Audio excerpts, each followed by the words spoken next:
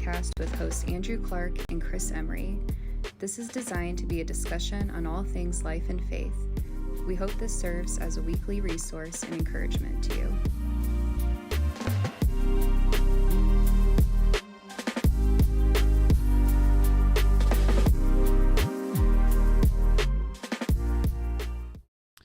What's going on, everybody? Welcome to the Bayview Podcast. I'm one of your hosts, Andrew Clark, and joined, as always, by the amazing Chris Emery. The amazing. Now the pressure is on. Oh, it's like the Spider-Man intro. I don't know. The amazing Spider-Man, the amazing Chris Emery, one and the same. So like, which Spider-Man would that be? Like Tobey Maguire? That's Andrew Garfield. Okay. Okay. Ooh, that's a little harsh. Yeah, that's a tough one. That's tough. So... Wow, I don't know if I can live up to that sorry. hype or not. That's a lot of hype. So it's good. I almost say good morning. I don't know if it's good morning. I guess it depends on when you're listening. Like, it could be a good morning, could be a good afternoon. Good day. Good afternoon, good evening, and good night. So, a little movie reference. What was that? Oh, come on. That was Jim Carrey. He was living on the TV show. Oh, The Truman Show? The Truman Show. Yeah. That was his thing, right? I think so. Good morning, good evening, and good night. So, anyway. Super quick bunny trail right out of the gate. If you have not turned us off yet, then well done.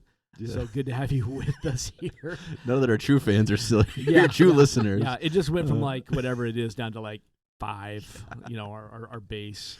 No, it's good because actually if you have been joining us for any amount of time, the goal isn't to be super formal, structured. As you heard in the beginning, it's kind of a conversation on all things life and faith, and just that intersection that we know we all live in. In fact, I've often thought of it that way. We live in that intersection of where my faith intersects with life, and here we are. Yeah, and that's a really interesting and just good point, because I think a lot of times, even working in the church, but I think there is a step beyond that, like, to call yourself a believer, like, you really fall into that. It is an intersection of life. Like, it's not supposed to be this separate thing. Like, I do this in the week, and then I go to church Sunday, and I believe in Jesus Sunday, but then Monday comes, and I got to go back to my thing. It's like they really are supposed to be one and the same. So our conversations on everything life and faith, like, it really is that. Like, I think that word intersection is a great word for it. Yeah. It's good. So we just enjoy that. We enjoy this time just dialoguing. We enjoy opportunity, obviously, anytime we get to have a guest in the house. And so over the last few months at different points through the podcast, we have had the awesome opportunity to have some of our staff from Bayview as guests. And we've kind of been calling these like staff spotlights, recognizing that a church with multiple services and a large staff, it's not always easy to know who the staff even are, much less know them well. And so what a great opportunity just to be able to do that. And so today we are really excited to have Bayview's technical director. That's your title, right? Tech director. I don't know. You don't know. So it says on your business card. I don't know. Jeremy Radtke, welcome. Well, thanks for having me. Yeah, man. It's good to have you here today. Yeah, it's nerve-wracking. Normally, being the tech guy, you're way on the other side of the microphone. Like, you're a layer behind even the producer. Like, you're back there making sure everything's working.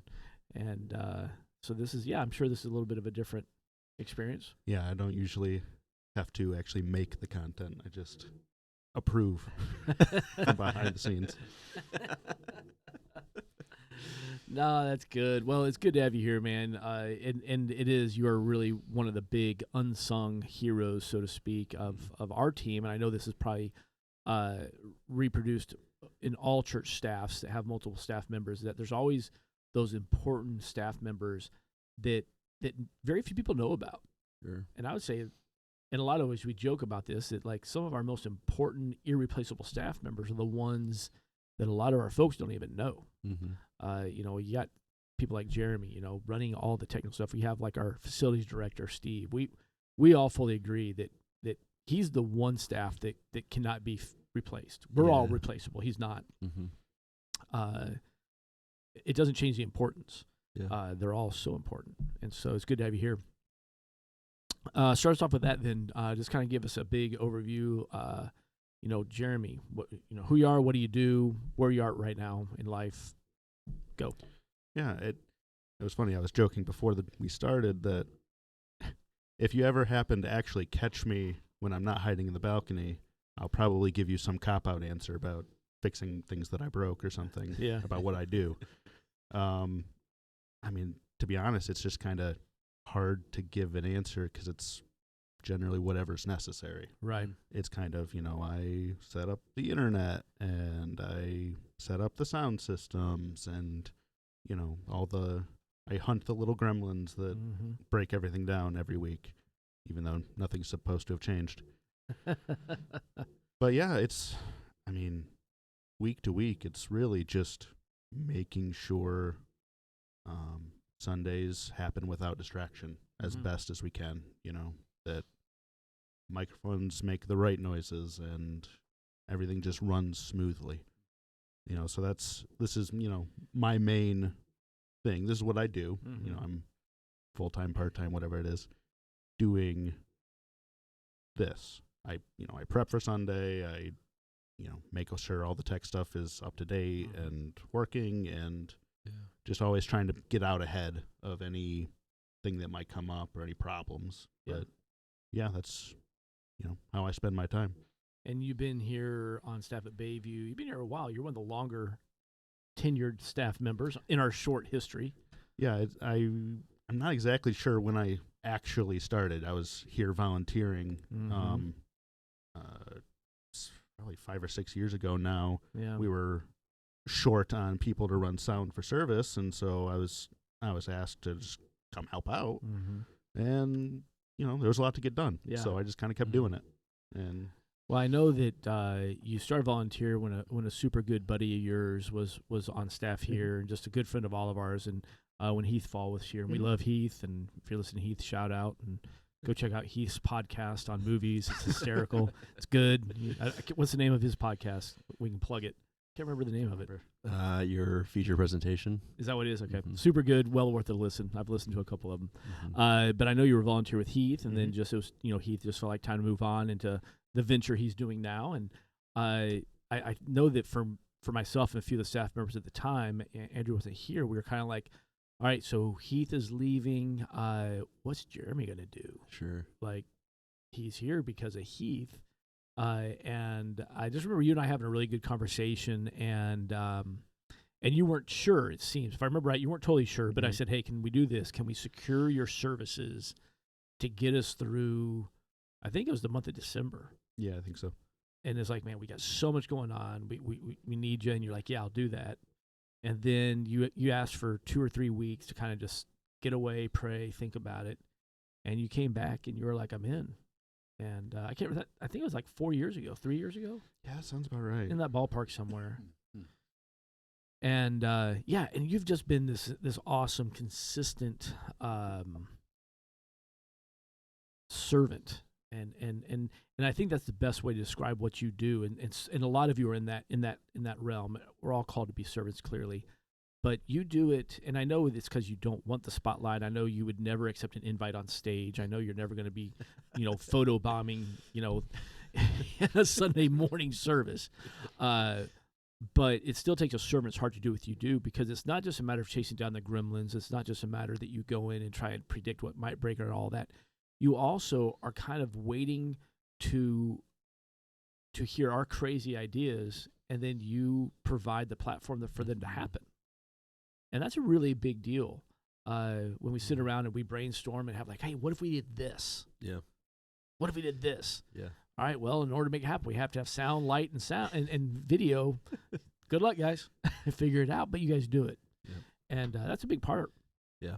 It's always fun with, that we get to ask the question, what if? And then Jeremy takes it and says, okay, well, let's see if it's possible. But there's never initial response of no. And I think that's, you talk about servant, it would be really easy for you to shut things down out of ease. And at least you'll put the effort of like, well, let's see. And again, I think that's like such a team player mentality. It's such a servant's heart. And so I just know on my end, I'm always thinking of like, even in a staff meeting when I can't work the TV and I feel like I'm ancient, and Brock helped me out, but I knew in that moment I was like, Jeremy or Brock's gonna know what to do. So I'm going to sit up here and look like I know what to do, and then at the last minute be like, guys, help. And so I'm grateful for that. But I loved it in that moment when that happened. It was actually earlier today before we recorded this. I felt like I was watching my dad try to turn the TV on. That's what I felt like. I was like, this could not be happening. But no, I just think the willingness to help out, and I'll say this a lot of times, and maybe I'm off on this, but tech guys can be a little braggadocious. There's like this weird vibe because you're all a little genius-esque in your ways, and you're not like that. Your heart is always very just like, thanks. I wouldn't like to be known as a genius. Yeah. But that's a good point, and that is another. That's another good point. Super braggadocious, but not a genius. Yeah, super braggadocious. But you're not. You're actually not that guy. I agree. Like sometimes there's people that feel like they really have to make sure that everyone knows that they're smartest guys in the room, and it's almost like they wield that with that knowledge or that intelligence a little bit like a weapon almost. Yeah. And they use it against you, or they set things up so that it can only be controlled by them, and that's just a hard environment. It doesn't contribute to team at all. Yeah. And you've never been that way. You've been the opposite of that, in a beautiful way. Yeah. And man, you just continue to serve us well. Yeah. So good. Yeah. So I mean, always looking for things to kind of potentially go wrong, fix. You're the guy who we say, is it possible? You say, let me check. All that. Has tech stuff, if you think younger Jeremy, has tech and all this been something you've always been drawn to, or is it just like a hobby you picked up? Because then obviously, and we can talk about this too, like COVID, I think in that time really put an emphasis on the importance of people who know what's going on. And, but maybe let's start with just like younger Jeremy and kind of how you got here. I mean, yeah, I've always been into tech. Playing computer games is, my hobby for years and years and years. And my poor parents have been trying to break me of it we'll see who wins. That has not happened yet, is what you're saying. Okay. But it's put me in a really good position to do what I do now. That I've always been, I don't want to say good, I've at least been intrigued by solving problems. Yeah. When you're working with computers constantly, it's always solving problems. Yeah. And, you talk about it like it's a bad thing when you come to me with your what ifs, but that's my favorite part. I like to think at least that there's nothing there's nothing I can say completely no to. Wow. It's always possible. Yeah. It's just, there's a lot of if this and this, right. then yes. Yeah. The Easter service we did in the parking lot. I still look back at that fondly with pictures of me in a sound system in the back of my car, because it's like, yeah, I'm sure we can make that work somehow. Let's figure it out. And that's a great example of your yes, we can attitude. You're so willing, and I that was before you were here, but it was COVID. And, of course, COVID really happened that second week of March 2020. Easter was not that far away. Everybody's like, what do we do?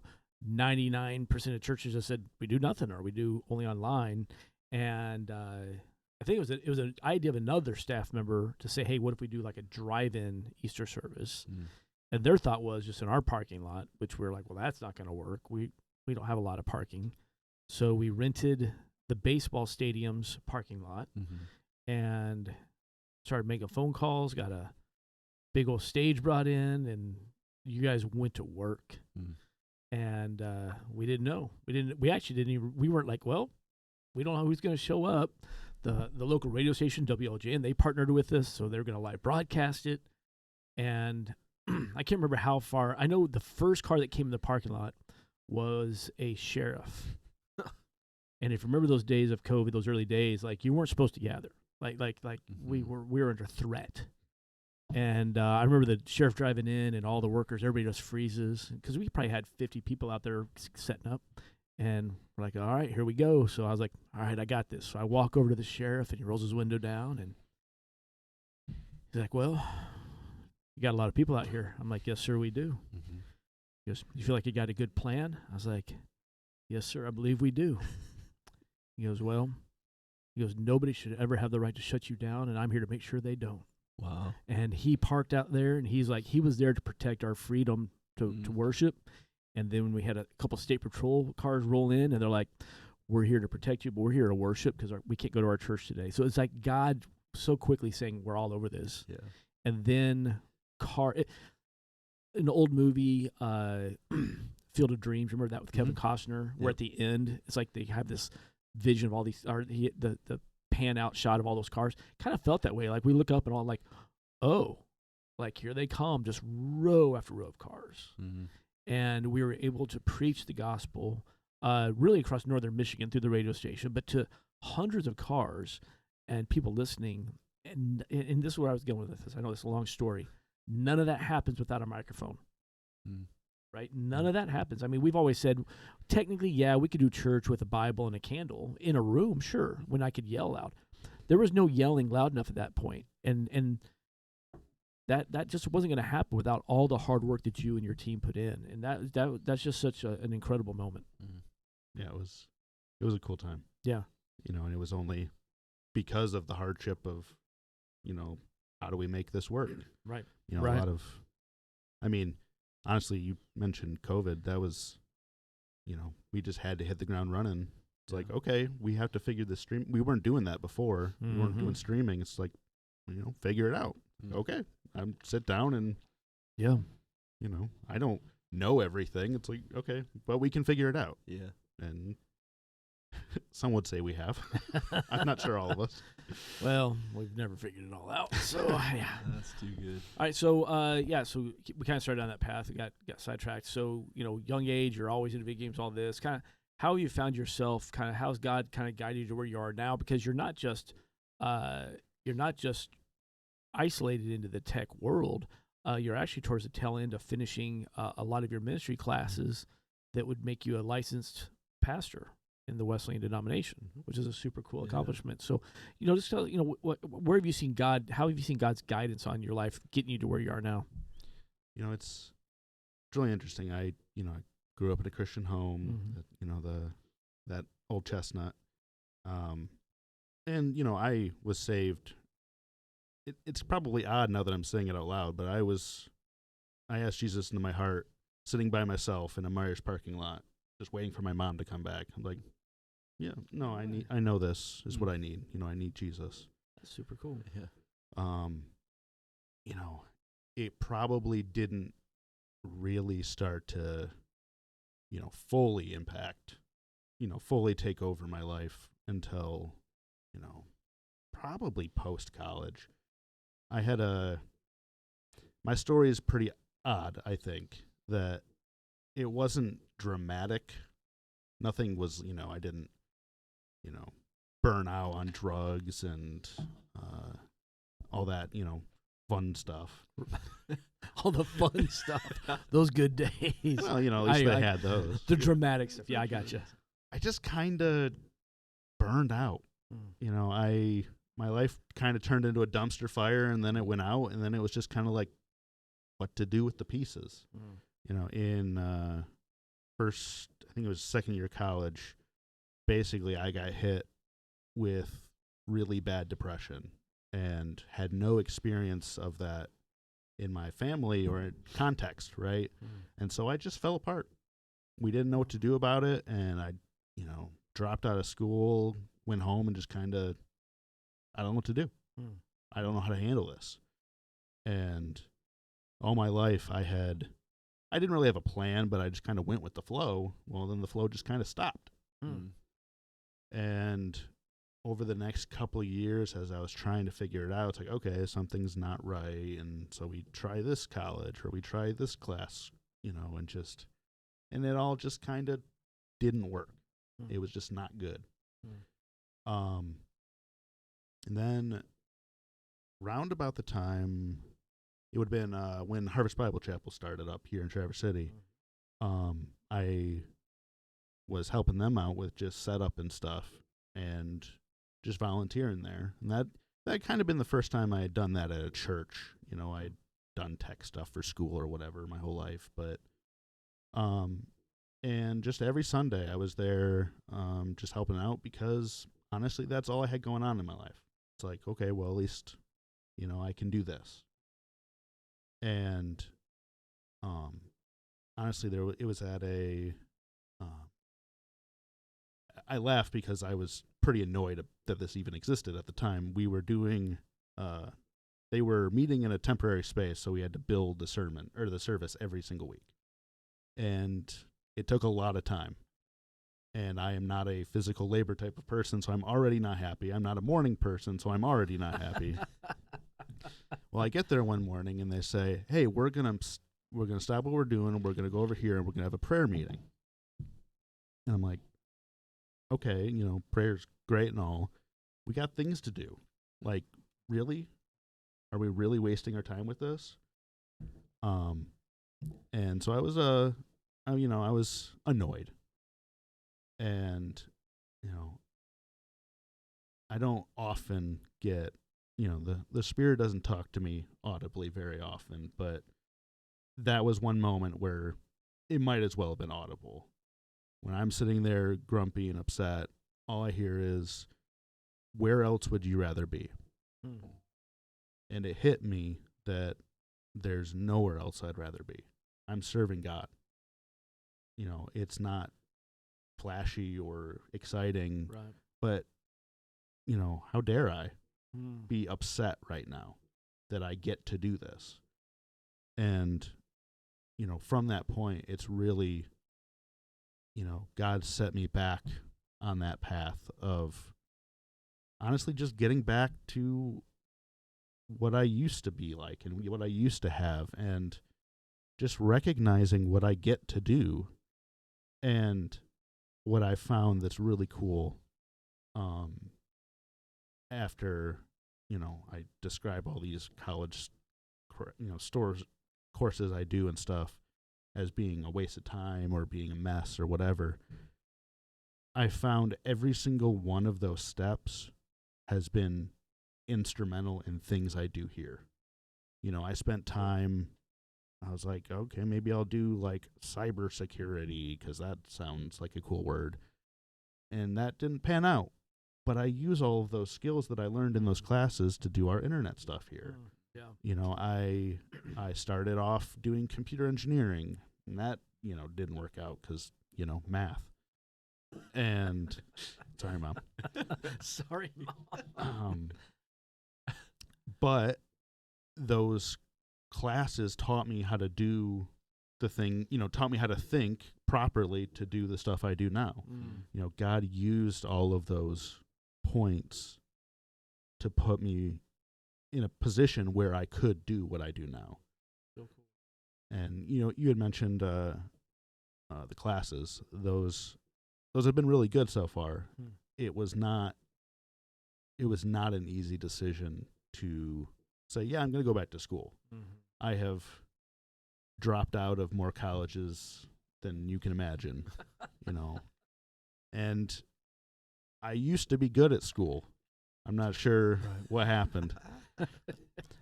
But, you know, I remember when you offered that they were offering an opportunity to take these classes, I was just like, I got to do this. You know, I'm really scared about it, but I got to do this.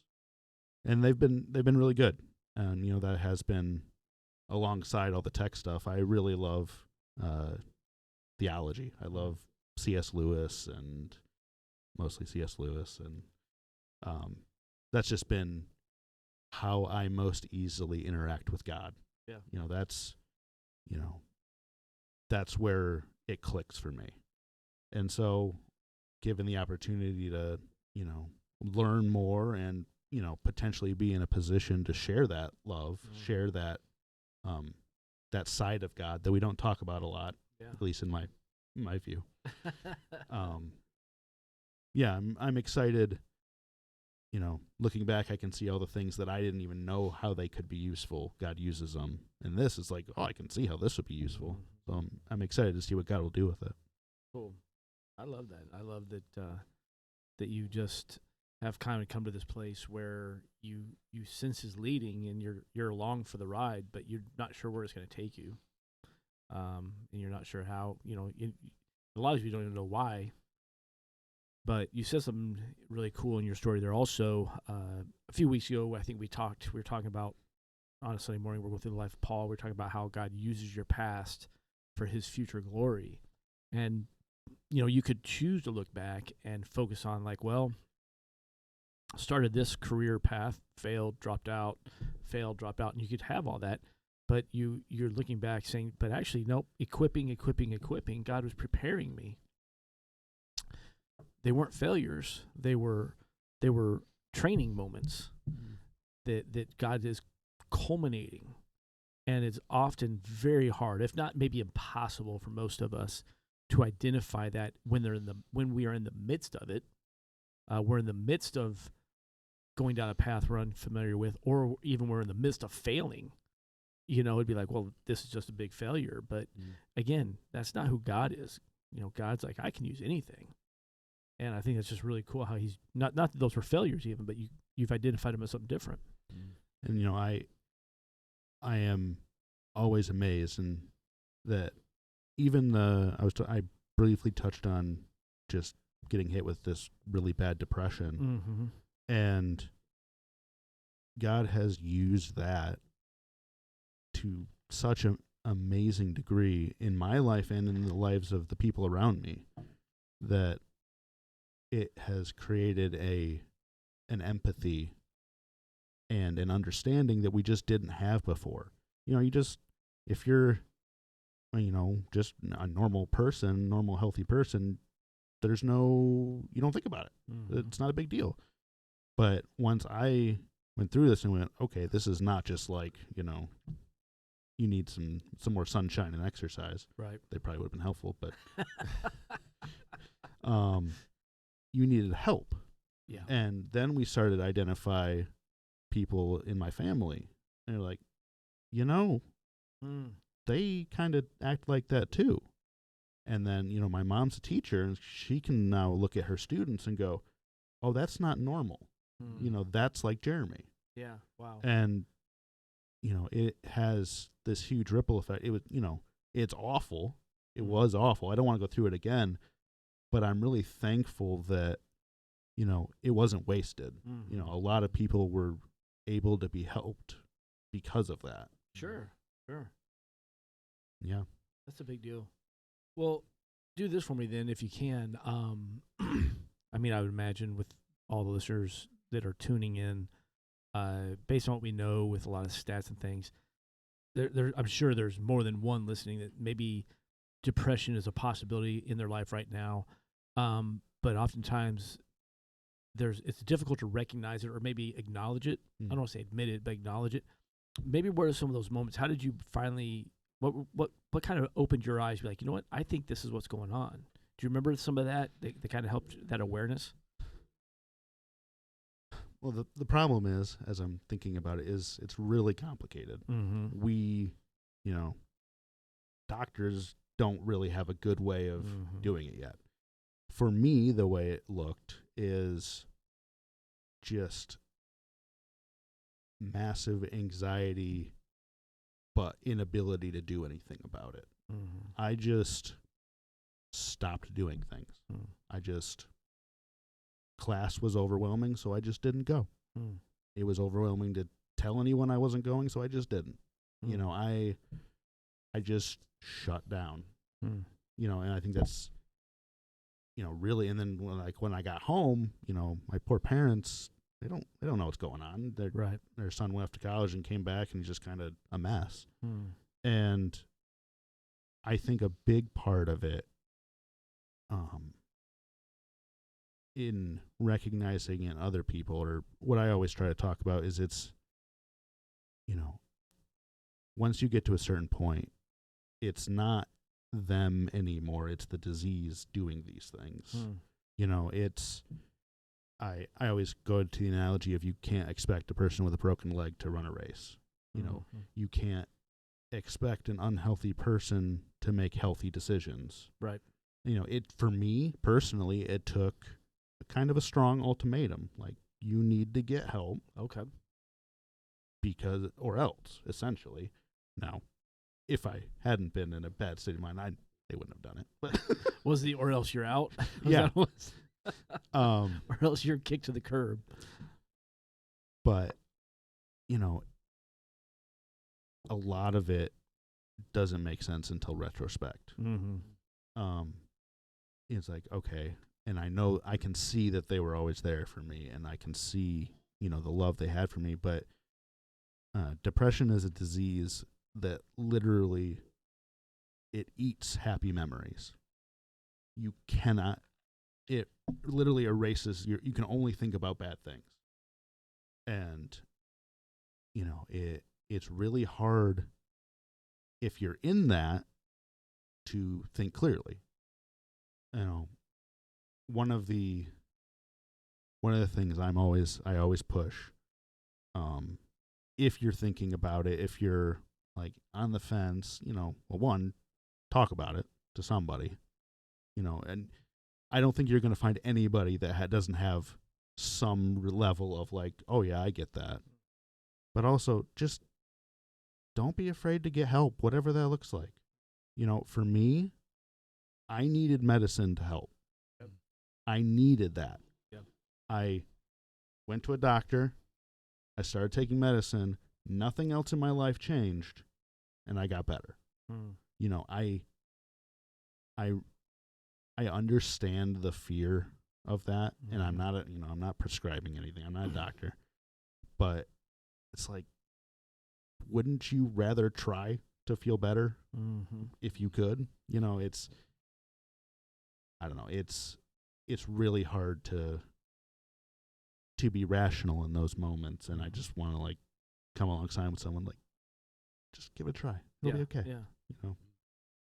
So would you say maybe a message to somebody that maybe they're struggling or they have a loved one struggling is the reality that you will not be able to climb out of that pit by yourself? I mean, yeah. I mean, I'm not saying that, God couldn't just snap his fingers and make it go away. Absolutely. But look, so much of it comes from, I have no idea how the brain works. I'm not. But it was reinforcing patterns of just shutting down, isolating, not asking for help, and they just get worse and worse and worse, whether, chicken or egg, I don't know. Right. But, it's so easy to just continually take the easy route. Right. Just continually put off the consequences. Just don't worry about it. And it's hard to ask for help. Yep. And it's,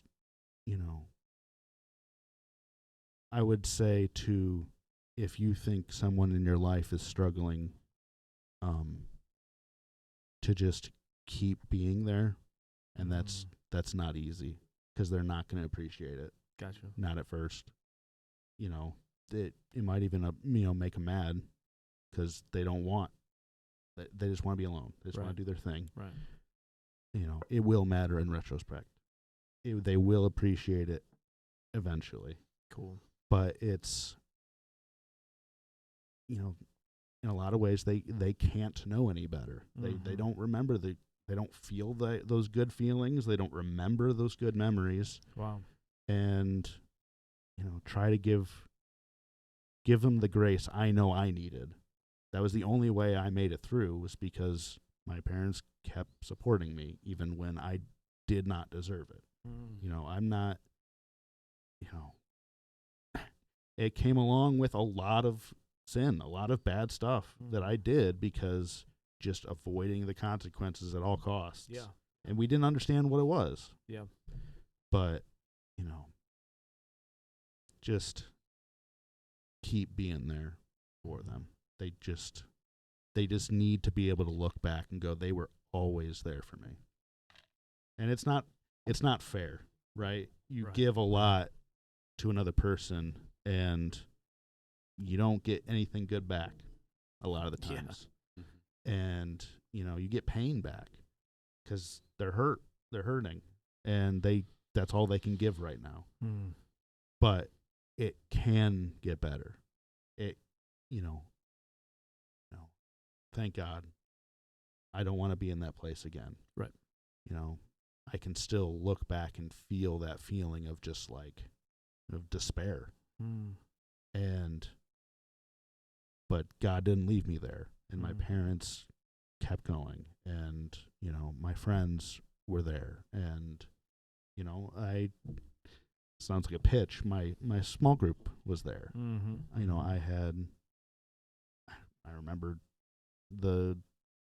one of the last times I screwed up at college, I just lost it in my small group, and they were there. I don't know what they were feeling as this guy's breaking down in front of them, but what I felt was overwhelming peace. Wow. That it was okay. It was going to be okay. And you know what? It has been. Yeah. Wow. But you just got to keep going on both sides of that. If you're in it or if you're helping someone through it, just tomorrow will be better. Yeah. Every day, tomorrow will be better. I think that's just such a good message to those of us that probably, many of us probably find ourselves in that support role of trying to help a loved one, someone we care about through it. But just that reminder, just don't stop being there. Just it feels fruitless. It feels like your efforts are not being returned, and maybe you're even being shut out and pushed away. But just don't stop. Just don't stop. Just don't stop. Is a really powerful, simple but yet super powerful reminder. Yeah, that's super good. That's super good. Man, I don't know, Jeremy. That's it's funny. We were talking before we went on the air, and you're like, "So what are we going to talk about?" I'm like, "Well, let's see where God takes it." And He never fails to take it down exactly what, not just what we need, but I think what somebody listening today needs. And depression and anxiety are a very, I say hot button topic, but not in a trendy or fatty way. They're hot button because they're real. Our world is being consumed in a lot of ways by depression and anxiety. And I think a lot of people continue to feel those walls closing around them. And from their perspective, kind of you were describing, like there's just, man, what did you say? That depression eats your happy memories. I'm not sure I've heard a description of depression before like that almost makes me feel the sadness that comes with it. That makes me very sad to think of that. But it is real. And if you are listening today and you're helping someone through it, man, take what Jeremy shared today. Don't stop. Just keep loving. Be consistent. Say the hard things when they need to be said. Don't try and fix the person. Yeah, don't get in there and don't come in with 12 steps and fix it and expect it to be done. If you're somebody and you think you may be going through it or you are, man, take that first incredibly difficult, challenging, courageous step. Ask for help. Get some help from somewhere. If you attend our church, please reach out to a staff member. Reach out to Jeremy. Yep. He is, as we've kind of shared, he's more than the tech guy. There's a deep level of substance and spiritual maturity and wisdom there. And clearly he is willing to let his story be used for God's glory. But reach out to any of us. Reach out to somebody because you just can't do that alone. You just can't. So, any final thoughts? No, you just said it. I mean, consistency matters. I think about that often. The fact of just like to keep going. And then I think, Jeremy, I appreciate you sharing just because I think, just straight up, I think from a man's perspective, sometimes asking for help feels so weak. And it's like, that's probably the strongest thing you could do is to ask for help. And there's nothing wrong with that. And so, I don't know, I just appreciate you sharing and being open and honest. And I'm glad you're not just a tech guy. And you use your genius for other things as well. So. You're mad genius for so many ways. Awesome. Well, hey, hopefully this was something you needed today. Certainly appreciate you being with us each and every week. Thank you, Jeremy, for being with us today and just for sharing that. What an awesome story. If you have not done so, click subscribe, whatever platform you're listening on. Want to make sure you never miss an episode. We are here each and every Wednesday with a new episode for you, so don't miss one. This is Jeremy, Andrew, and the amazing Chris. I don't know if I lived up to that hype or not, but hey, appreciate you being with us, and we'll see you next time around.